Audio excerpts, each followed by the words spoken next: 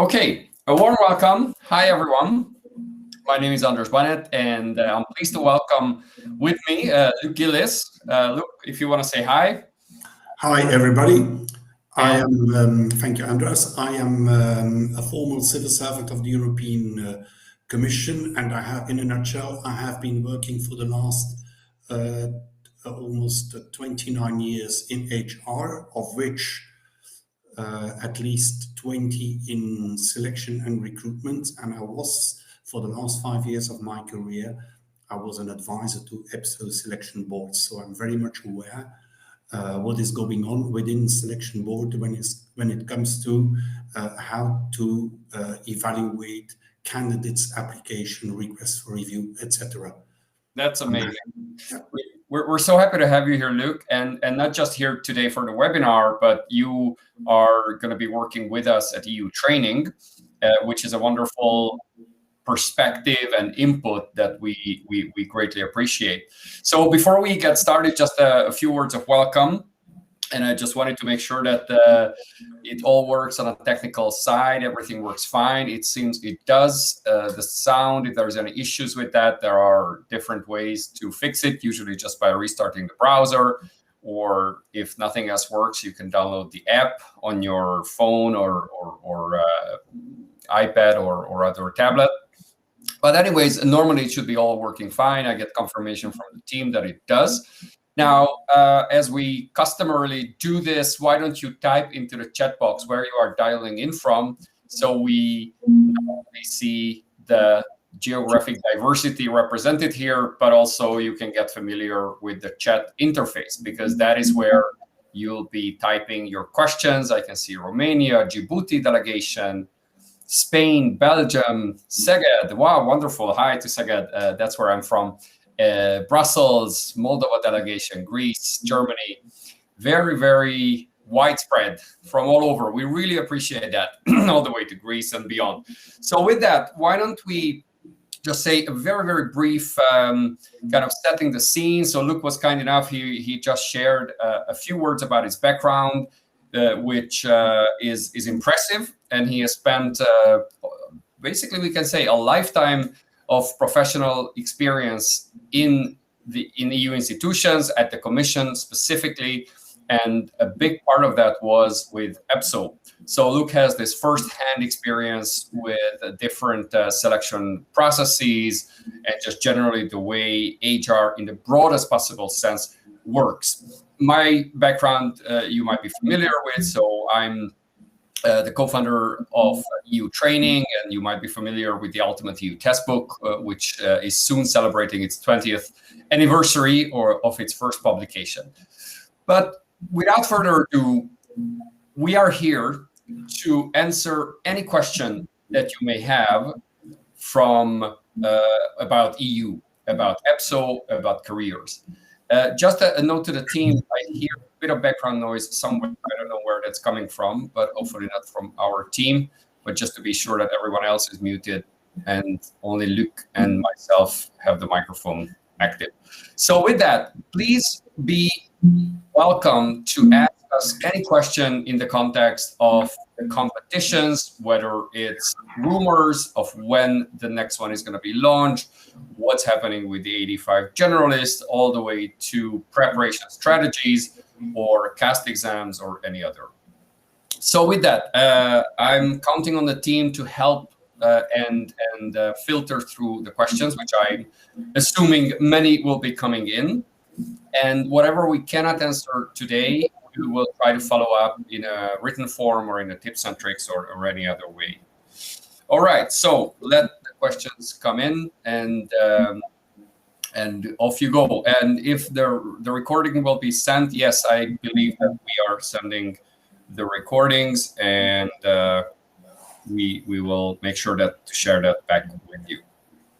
Okay, so the first one, kick it off. What is the most important point that is checked in a CV cover letter? For instance, motivation, studies, professional experience. Now, maybe just one word. This kind of question is mostly in the context of the recruitment phase. This is not in the part of the application phase.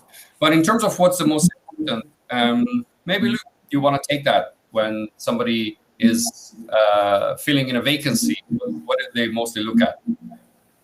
You mean a vacancy when someone is on a reserve list, right?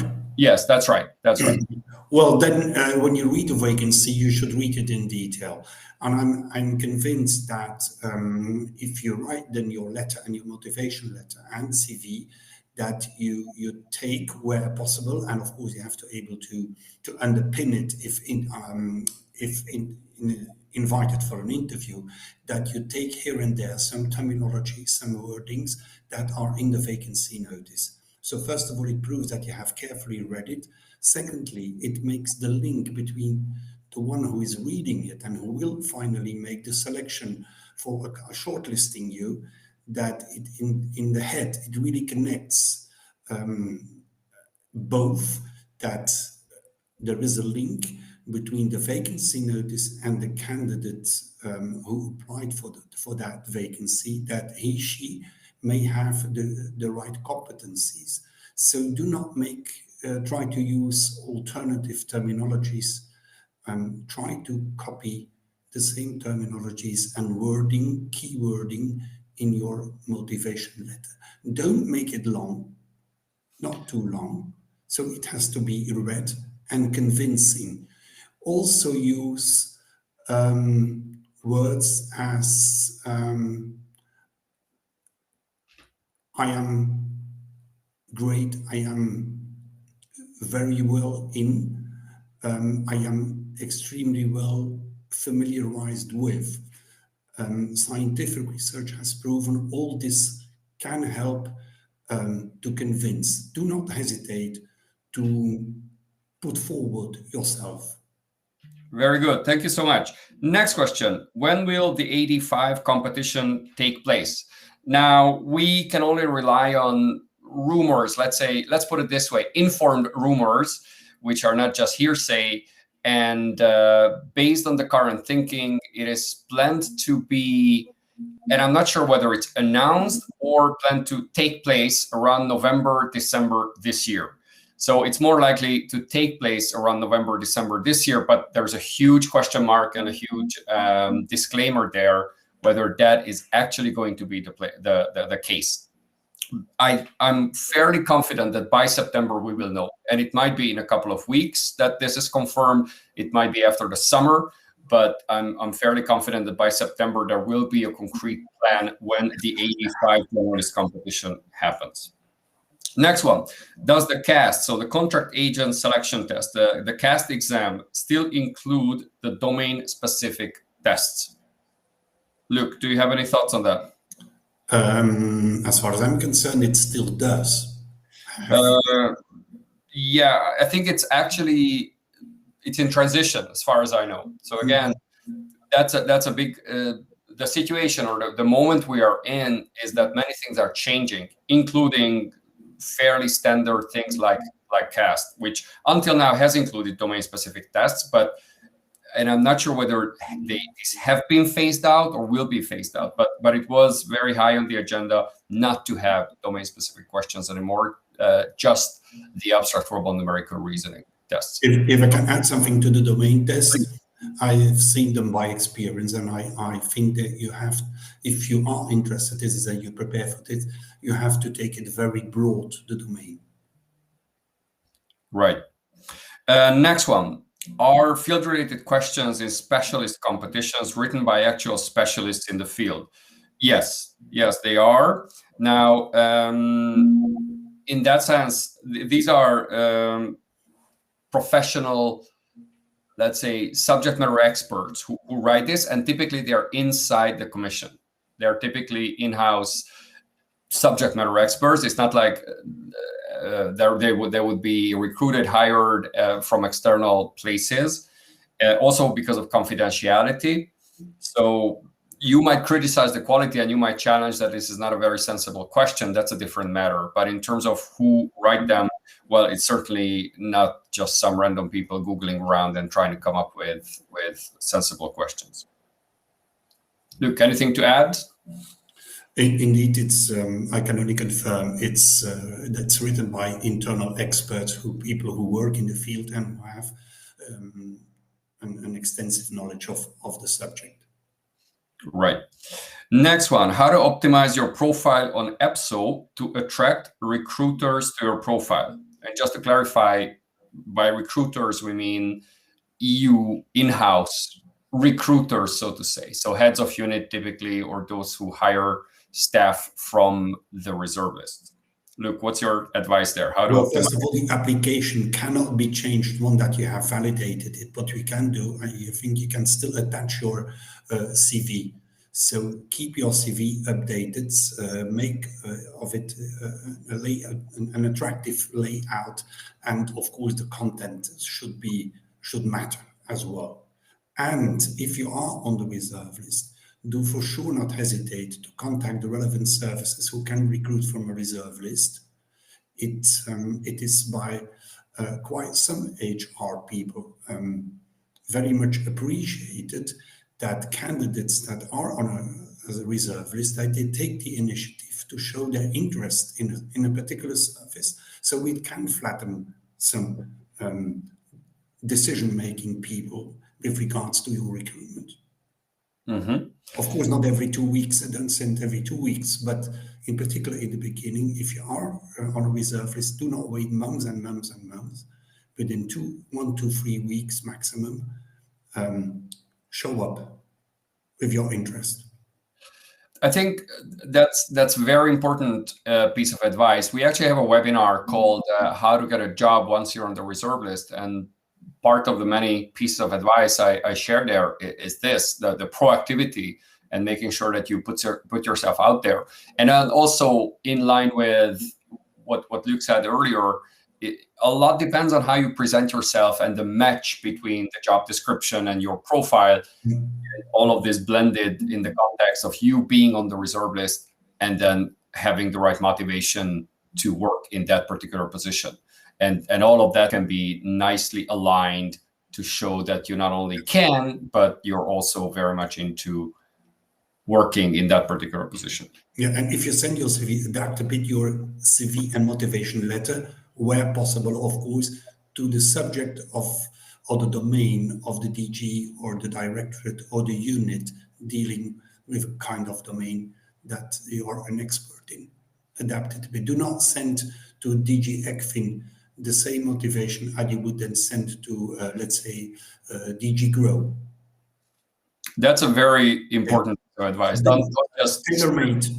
Yeah, spray and pray and send the same kind of message to each vacancy. Next one, is there a specialist competition in trade in the pipeline? I don't think we are aware of such a competition in the pipeline. So, and again, the planning is pretty volatile at this point. It's probably going to be more streamlined and more organized in the coming months, but I think at this point there are a lot of open questions still in terms of what and when. Right, our field rate, sorry, this I already answered. Next one, can you provide some information about the new written test EPSO has announced as part of the new competition? Well, written test is a little bit like case study 2.0 or case study recycled, because there are different, there's even different thinking, whether a written test for specialist competitions would typically have a background briefing or a background material to it, which is not yet fully confirmed whether that is going to be released 2 weeks, 10 days, 2 weeks before the competition, so you can analyze it and work with it. And at the competition, there is actually questions, specific questions for a written submission that you need to draft. So that is one area. Another, there is even thinking on having the written test kind of open. So kind of like an essay where you need to write and answer a particular question. So again, there has been this change, and now we are actually pretty curious to see next Tuesday, I believe, when the Economist competition is relaunched, and we will see what exactly the written test will be refer to. So what exactly the format that they require will have. But we have an article on that, and so there's I think it was just linked in the chat box as to the different styles. And then there's even a third kind that is being discussed. That is for the generalist competition, where you may need to write an essay about an EU-related subject. So kind of an open essay or an open written piece about an EU-related subject. But except for the specialist competitions, the written test will only measure your communication skills. And for specialist competitions, it's written communication skills plus your subject matter knowledge. So that is somewhat different. But again, the general answer to this is still kind of a lot of moving parts here, and we need to see which strategy or which approach EPSO will finally adopt for the written test for specialist competitions and for the generalist competition. Right, next one. Luc, I will certainly pass it on to you. How long should a EuroPass CV be? I didn't get it, sorry. How long should a EuroPass CV be? EuroPass CV. I will first speak my personal idea of reading CVs, and I can't say how many I read, but an enormous amount. But the longer it is, the less I got interested, as sometimes important data is disappearing, is mixed up with details that are of a secondary or third importance. So keep it as short as possible, giving all necessary data, of course, and elements to convince a recruiter, but keep his or her attention. So the length, of course, always depends on your career. And if you have many career switches, it may be a bit longer, but be aware, do not make it too long. Yeah, just to add to that, very much agreeing with that. Now, the first thing is, that's my personal disclaimer. I'm not a big fan of the EuroPass CV format, but it really doesn't matter my personal taste if that is the requirement from the hiring service or whichever DG or department you apply to. And just to reinforce what Luc has just said, it's very important to edit your CV. So not just dump everything that happened in your professional life into it, but have a very thoughtful process where you say, okay, is this really important information for that particular role? Especially if you have done a lot, then you need to make those judicious cuts and edits to be sure that even the CV is focused and it's readable and relatively easy to process. Right. How much in advance does EPSO communicate the test dates? I'll give you my takes. Luc, you may have more information on that, but generally, so when a competition is announced, typically they would have 4 to 6 weeks of application. So from the date it's announced, 4 to 6 weeks to apply. And then the test, again, largely depends on which part of the year we are in, because August, not much would happen. So that is not so much, well, that's factored in because there are typically no exams or other events at that time. But it could be before the test, I'd say around a month before you would know when an exam is to take place, when a test is to take place. So that gives you a rough idea. Luc, do you have any insights on that or other information? Well, I do not know what EPSO intends, our intentions now, but I remember even in the past that we did 1 or 2 competitions that during its application you could already register for your test then. So it was quite fast after the registration period that test could start. I don't know if this is still in the planning again to reintroduce this, but if it's not, just a few weeks in principle could already suffice after the end of the registration period to invite and to organize the test. I think EPSO has the intention to go fast with the competitions, so it could well be that the general delay between the end of the registration period and the first testings, it could well be that EPSO will try to shorten this delay. Right. That is an important point because it might change in the future, meaning it might be sped up or it might be speedier, as Luc said, given the desire from EPSO to run competitions much quicker. But again, it's probably not going to be from one day to the next, and it's not going to be less than 3 to 4 weeks before you hear that an exam is happening, and then you have sufficient time to prepare. Okay, next one.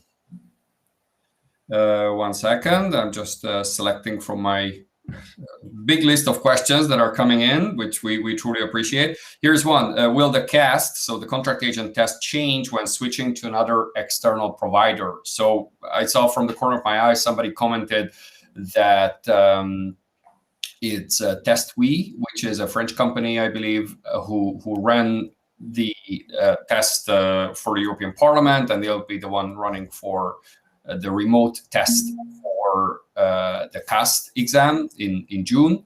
So whether the format will change, it doesn't depend on the technical provider. It depends on EPSO's requirements and the selection board approach what format of test that will be. But we haven't heard anything that the format might change. So you will have the kind of good old abstract verbal numerical reasoning as before. And then if there is a more structural change in these particular tests, that will probably affect all other competitions. So not for June, but perhaps later in the year. But if we hear such information, we'll be sure to communicate to you so you are aware of the new formats. And certainly EPSO will be very vocal about what sort of tests and exams you need to prepare for.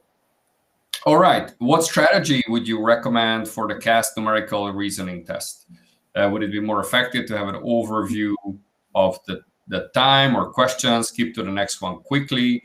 Well, hopefully you will forgive me if I don't answer that question directly. It does not concern only CAST exams, but numerical reasoning as such. And we have a wonderful webinar on numerical reasoning best practices.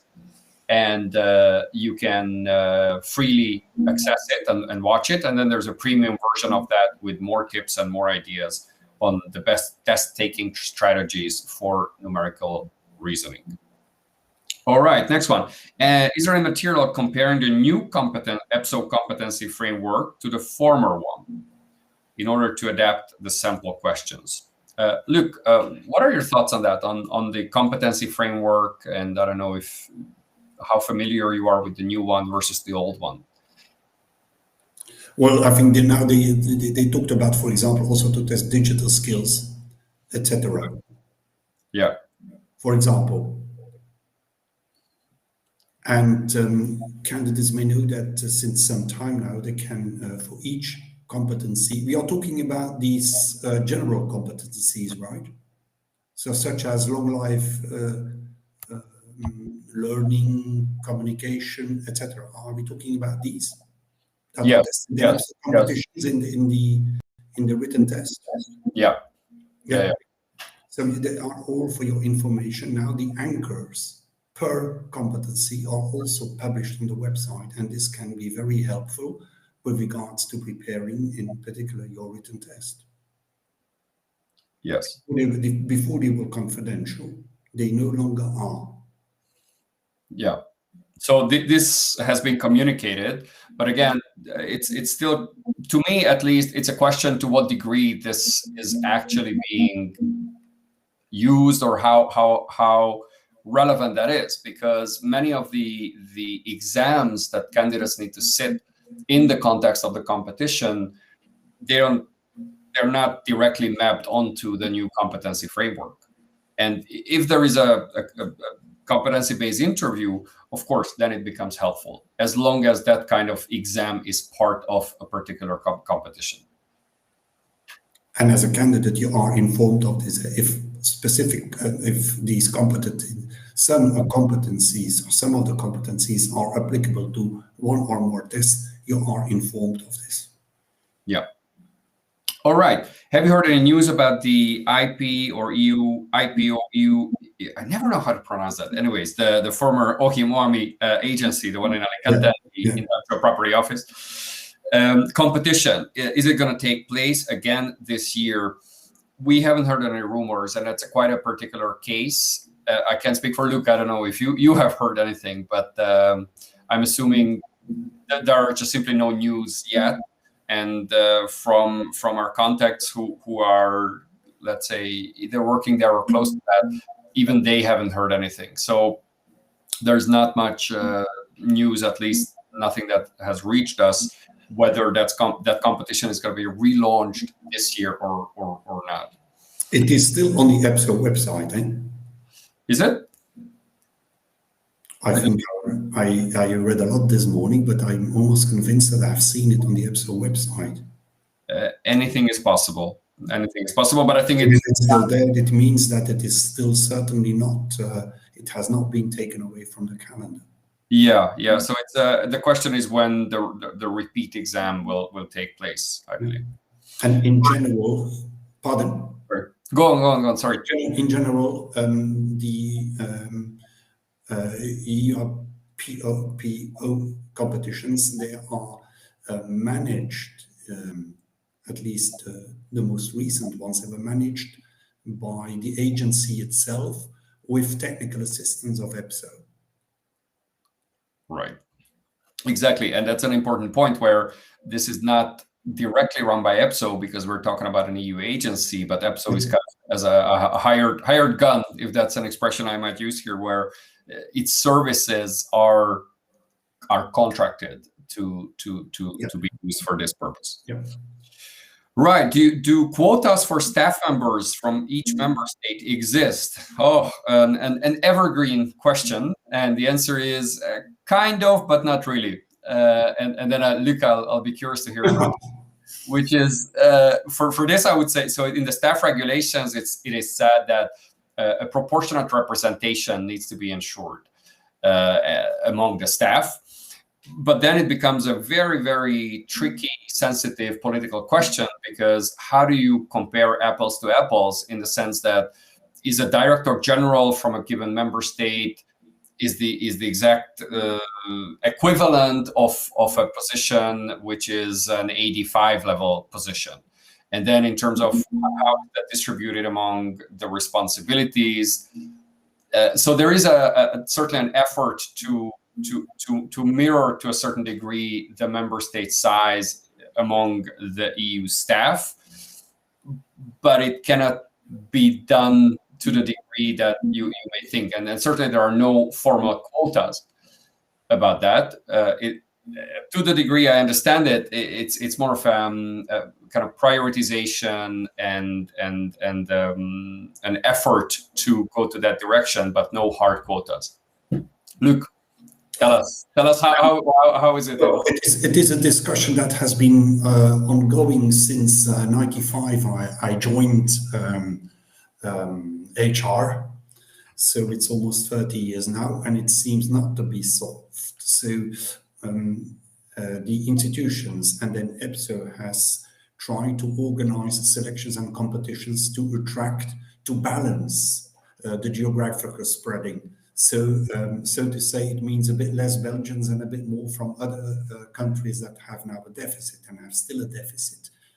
We never managed to balance it the way we do now.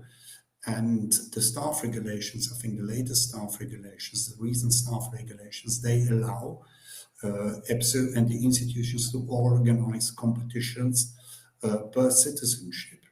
It is allowed.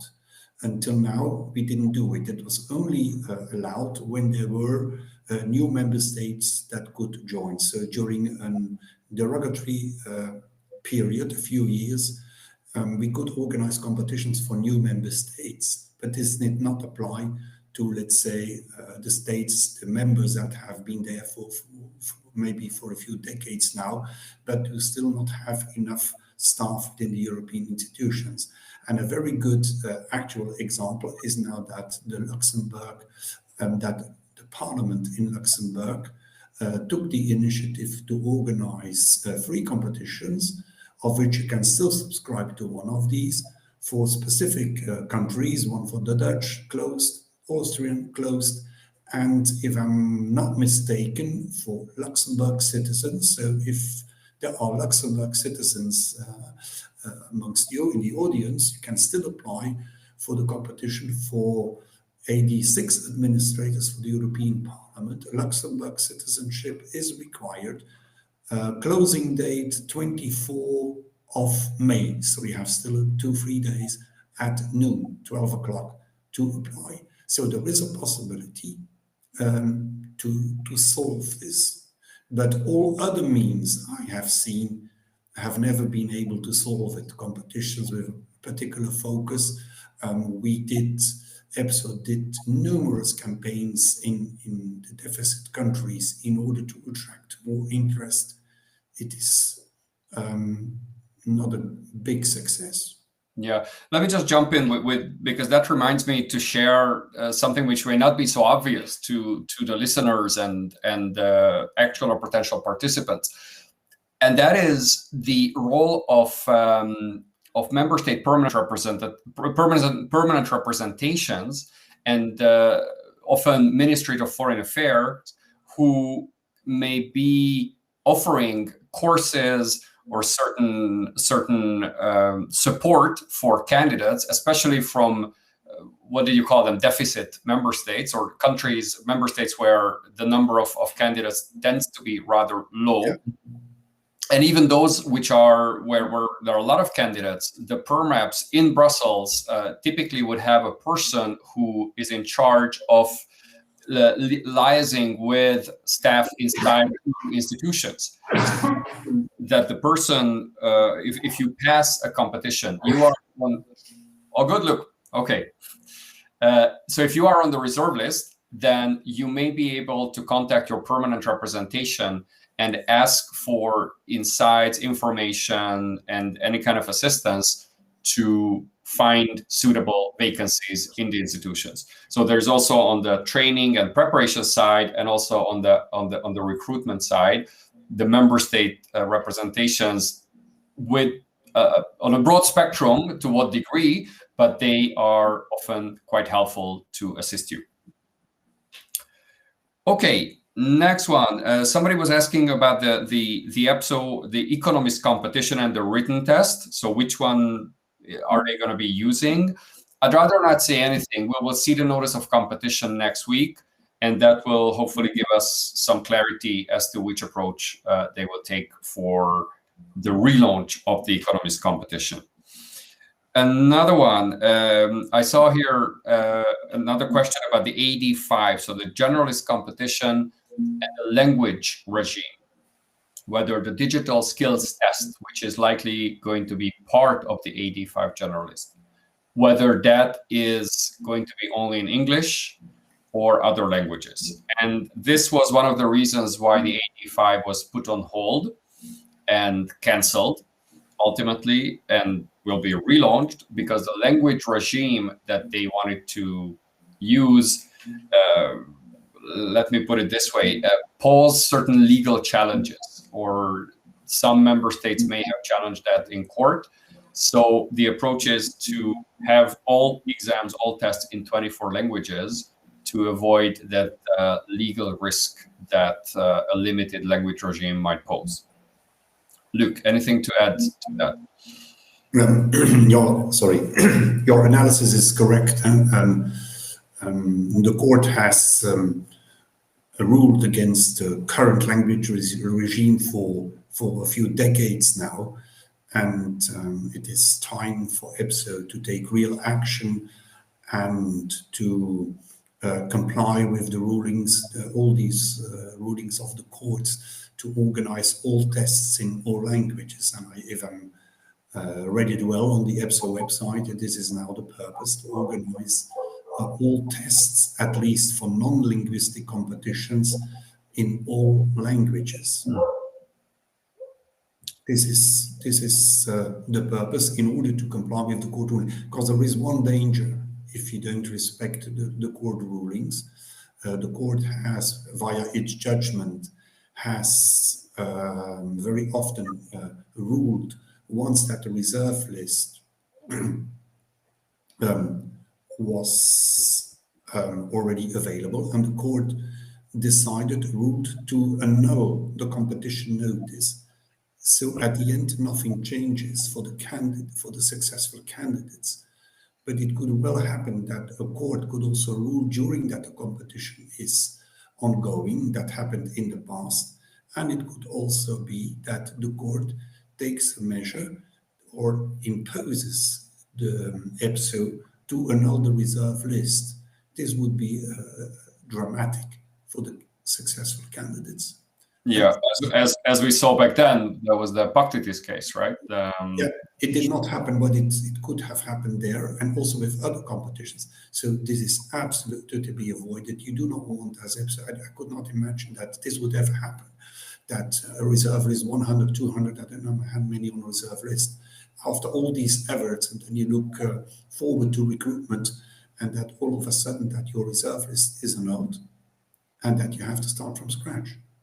Yeah, that's pretty dramatic, and I think given where we are with all the suspended, canceled competitions and the technical problems and everything, we are all let's say cheering and crossing our fingers and hoping that EPSO will get its act together and everything will go back on the right track.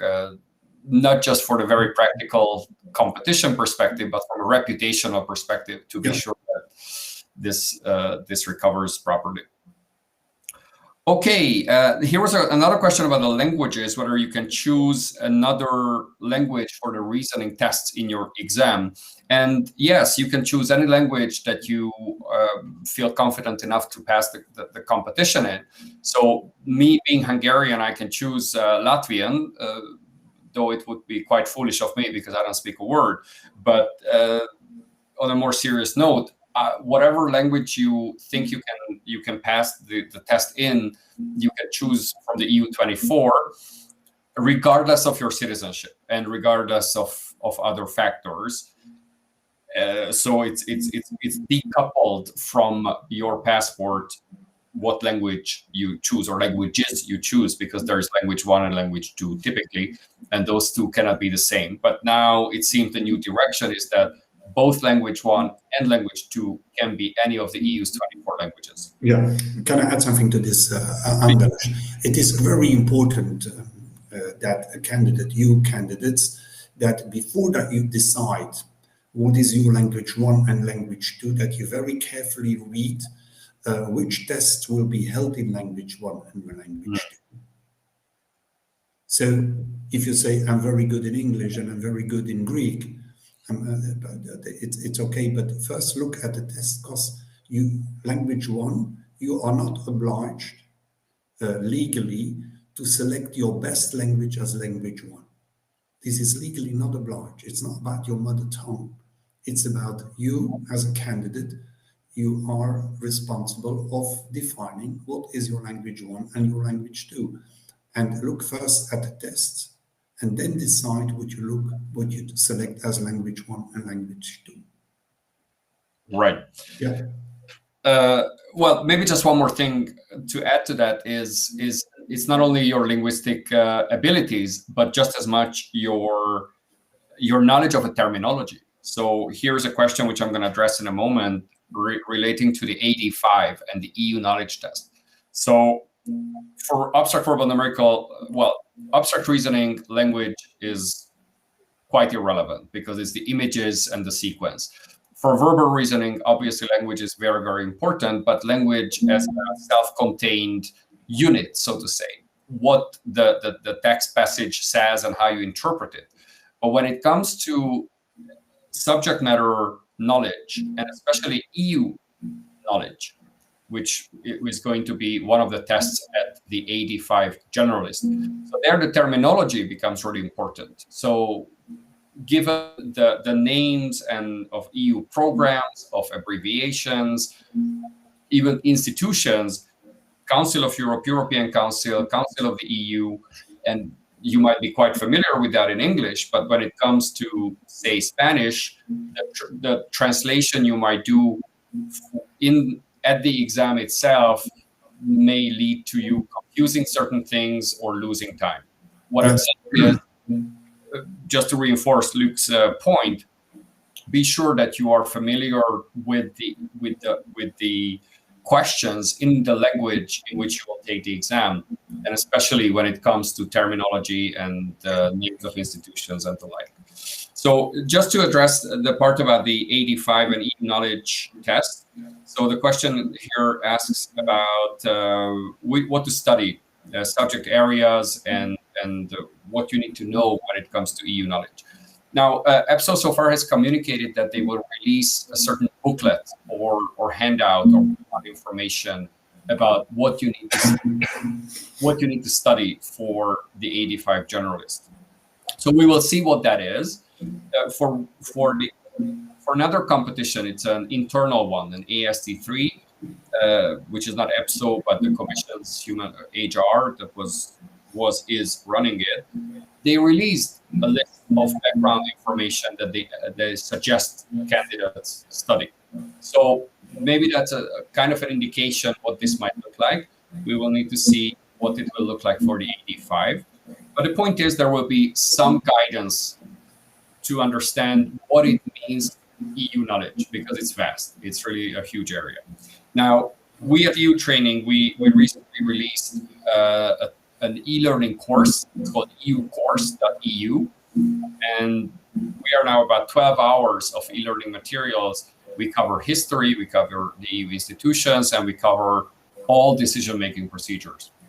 So all of that is covered, and we explain that with visually and with narrators and detailed information. So I'm hoping that could be a good resource for you. And then, of course, there are many textbooks and different background materials to look at it. But I think that the fundamental challenge there is to narrow the scope and structure the knowledge of what it means European Union studies or European Union knowledge.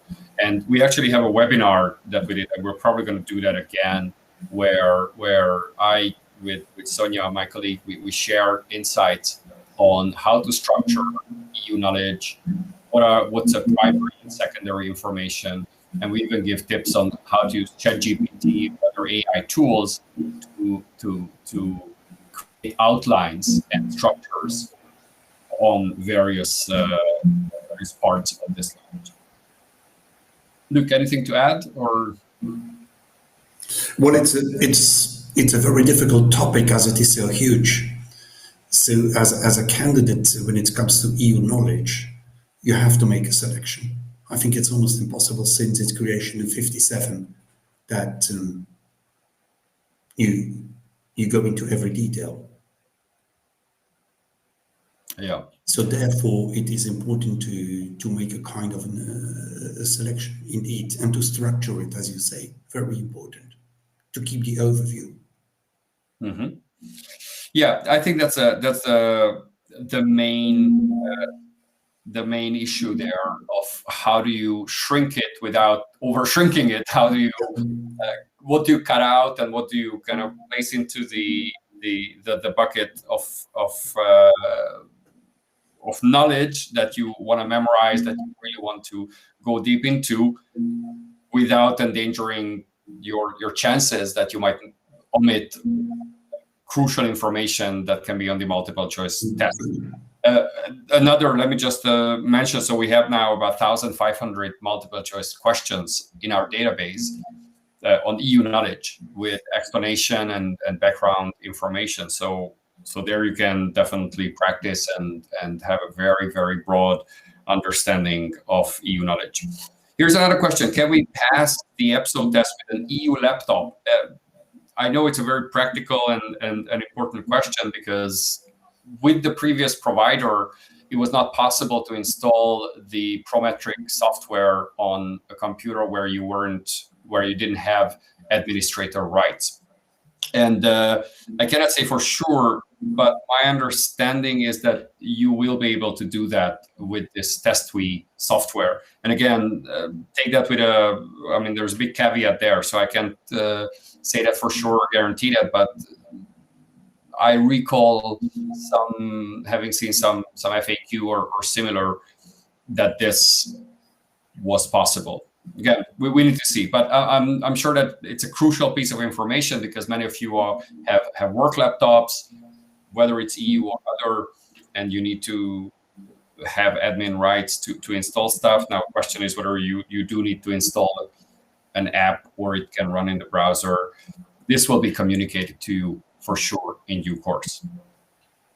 Is the level of difficulty of exam questions ascending or random in abstract verbal numerical reasoning?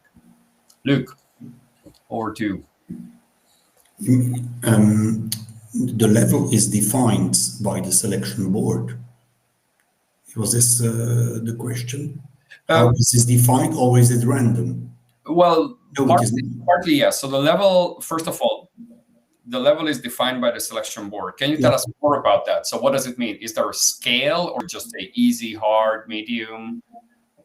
Well, yes, if the board, logically, if the board defines the level of difficulty of a test, they can decide to have an administrator AD test and a reasoning test at a very difficult level or less difficult level. And how would they decide? It is logic. It is logic. It is something that is in the general rules, if I'm not mistaken, that the level of the test and the content, of course, the level of the difficulty and the content is exclusively defined by the selection board, not by EPSO. This is a competency that is the prerogative of the board. Right. Now, the question was also about in the sequence. So somebody starts a numerical reasoning or an abstract reasoning test. Can they expect increasingly more difficult questions, or it's completely random? I must say, I can't say. I don't know. Okay, so there's no formal rules for that. Yeah. Right. Now, I can't say as I don't know. Right. Fair enough. To the best of my knowledge, it's random. So it's not like you start with easy and then the further you go, the more difficult it becomes. That typically is not the case. So it's quite random. What is determined, as we heard from Luc, the overall level of difficulty. Let's say you can call it the average level of difficulty, where the bar is for that particular exam. And that is to say that for an 86 exam, you can expect slightly more difficult abstract verbal numerical reasoning tests than you would for an AST exam.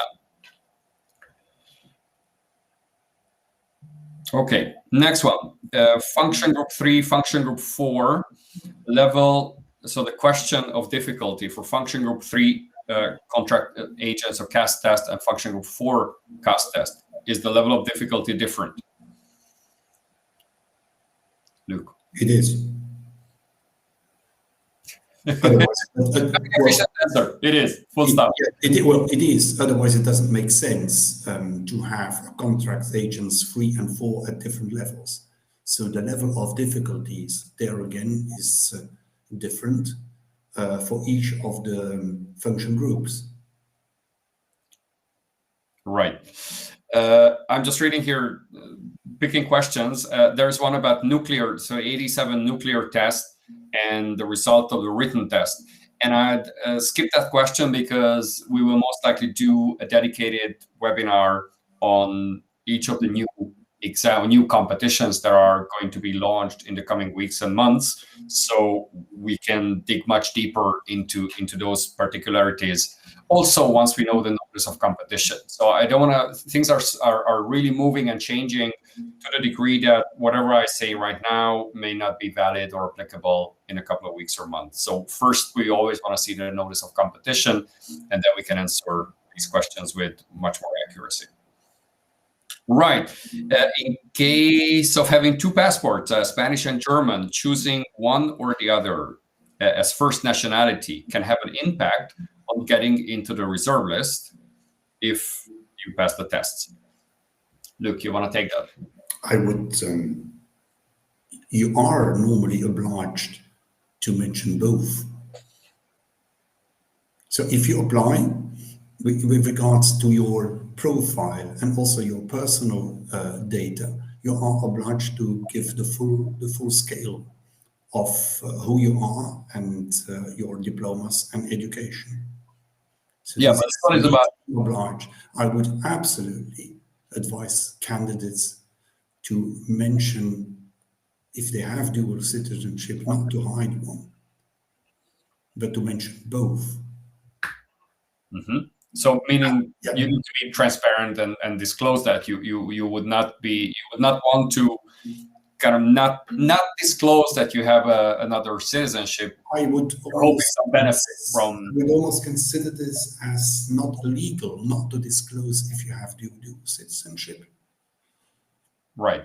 I would not do it because I think it's even in your interest. Why so?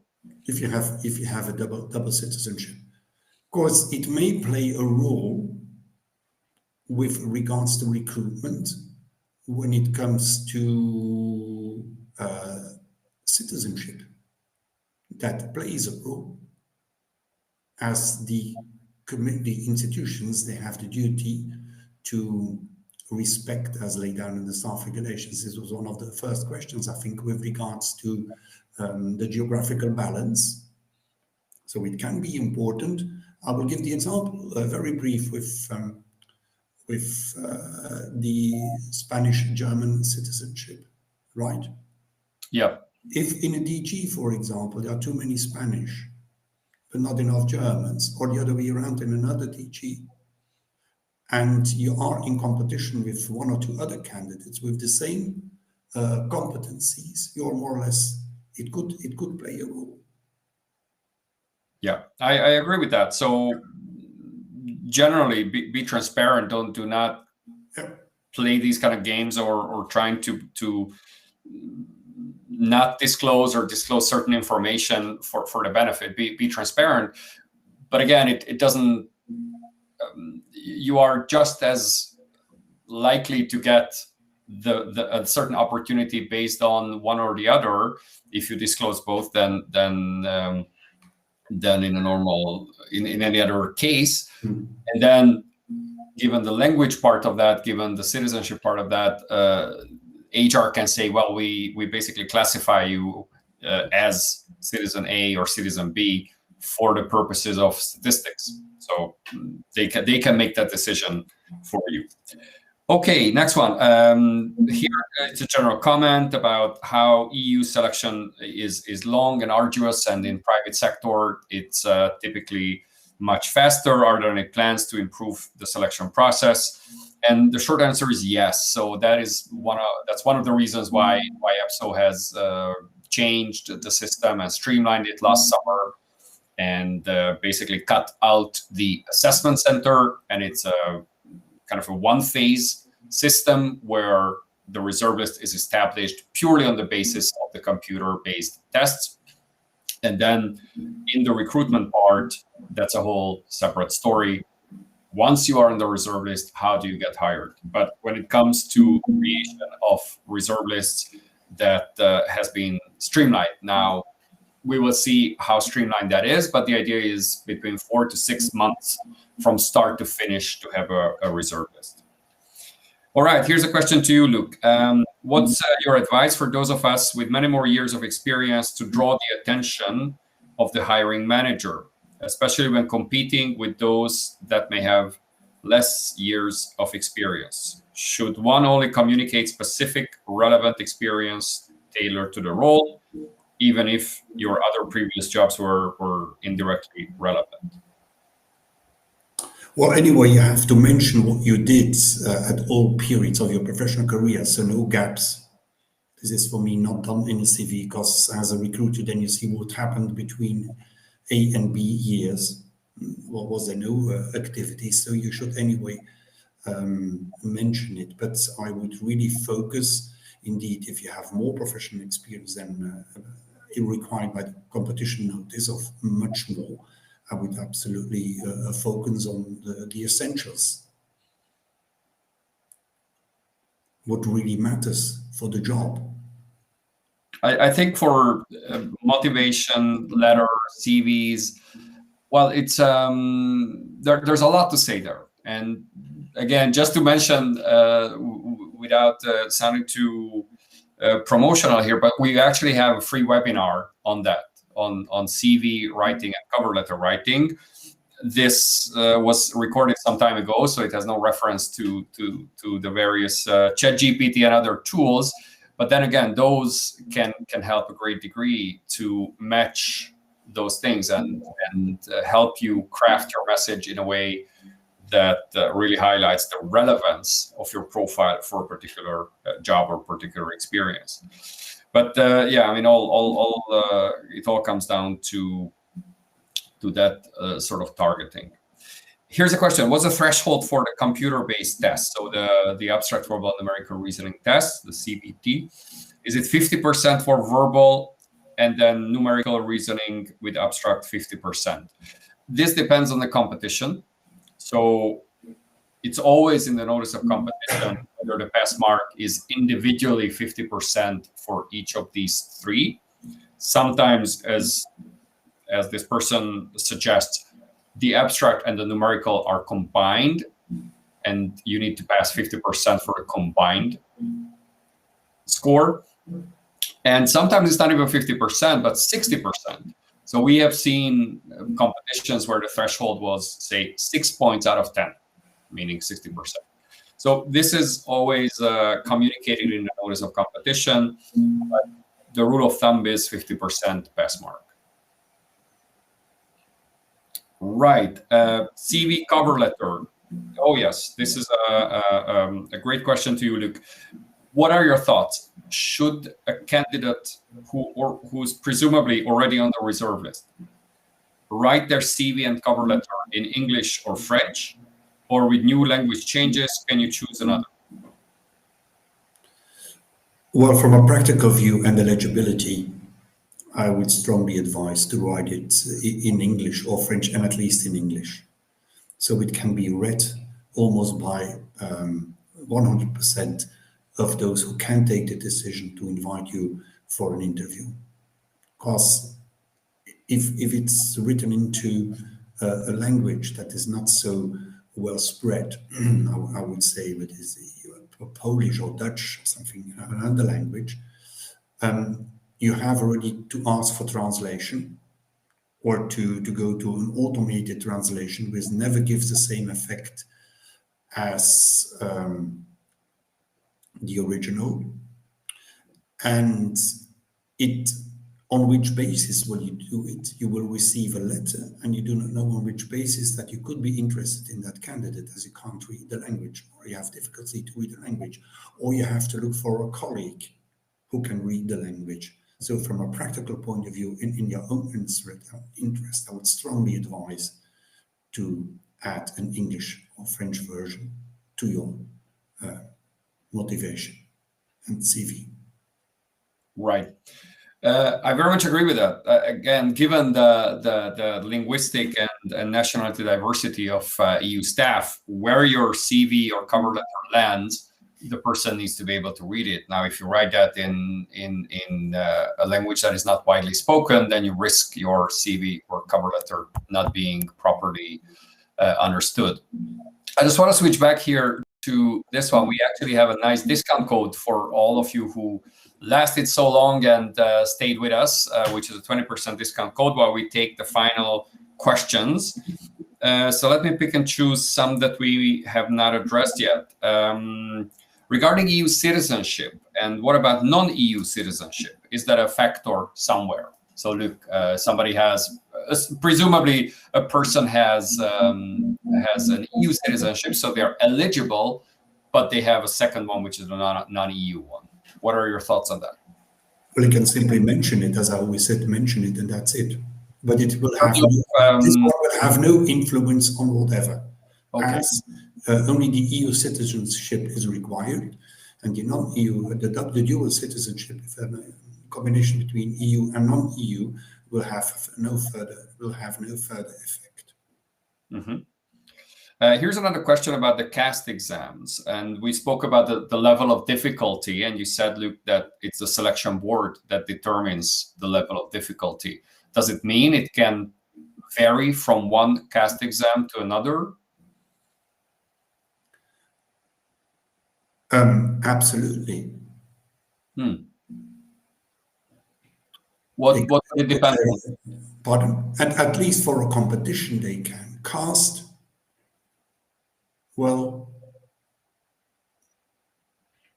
they could, for certain profiles, they could. They are authorized to do it. Staff regulations allow it. So if they would think that for a certain CAST selection, for a certain field, we have to increase the level of difficulty of one of the tests or more tests, they can do it. Same for competitions. Mm-hmm. Okay. And here's one question, perhaps maybe take this one and one more, which is, so how much for CAST exam? So assuming you pass the computer-based test for the CAST exam, how much time will be needed to be invited for an interview? So between the test and the interview. So to prepare for the interview in time. If I'm right, at least unless it has changed since, but for the candidates who have been successful, there was at least an obligation that they would be invited for an interview, all of them. Mm-hmm. I can't confirm if this is still applicable. And in terms of timing? There was a kind of a delay, but I can't recall the delay anymore. But what I also know that the institutions and the agencies did not manage to respect that duty. What does that mean? That they were obliged to contact these candidates, and it did not always happen to my knowledge. But in terms of timing, I would assume it's a couple of weeks. I would have to read the notices, the selection notices of notice of the current permanent CAST selection. Mm-hmm. It's possible it has changed in between. Yeah, but here the question is about the exam. So you pass the computer-based test, and then when the person is invited to an interview. No, it's after the person passed the competency interview. For sure, but how much time? When you are when you are already on the short list, mm-hmm. Then there should be a contact. Yeah, and a couple of weeks to prepare. And I'm not sure that in the past it was always respected, and I'm not sure it is still within it is still laid down in the selection notice. Mm-hmm. All right. And then final question, just to remind everyone that we will do our best to answer all other questions that we may have missed, or where the answer may require some follow-up, or questions that we couldn't give you an immediate answer. So we'll find a way to communicate that in a blog post or tip-centric article or similar. And then the final question I'll take is this one. So is EU training based on all the exams, or are the questions from all the exam part of the exercises available on the site? I'm not sure which exam this refers to. If it's transport or others, we continually do quality checks and nonstop we get the feedback. We always revise and update our questions. So again, without knowing which exact domain this refers to, I'm not sure I can answer it properly, but the general approach we have is we are very keen on keeping our test database up to date and fully fully relevant. And here somebody says CBT test. Okay, so for CBT test especially, yes. So the quality check is nonstop ongoing, and we make sure that the format also corresponds to the latest format that EPSO requires. Voila, I think this is where we'll stop for today. We really appreciate all your questions. I think there were quite many of them, and just as any other time, feel free to contact us through the contact form, email, social media, or other forms, because we're keen on providing that information. And now it looks expertise added to the team's overall knowledge base. That's extremely helpful, and we are very happy for that. Next time, we will see whether if this proved to be a popular and easy format for all of you, then let us know, because we might do this regularly, maybe once a month or in a similar rhythm, probably not in August, but to do it on a regular basis, because there are a lot of questions on your mind. And as we said multiple times, the system is evolving, it's changing. There are a lot of finer points that get updated, whether it's the pass marks or the format of the written test or the exam announcement dates and stuff like that. So there are many moving parts to this, and I'm sure that everyone who's motivated to have competitions are keeping a key eye on this, and we're very happy to provide that perspective that can contribute to that. So I see already that this seems to be a welcome idea on a regular basis. So we'll figure out what's the best format.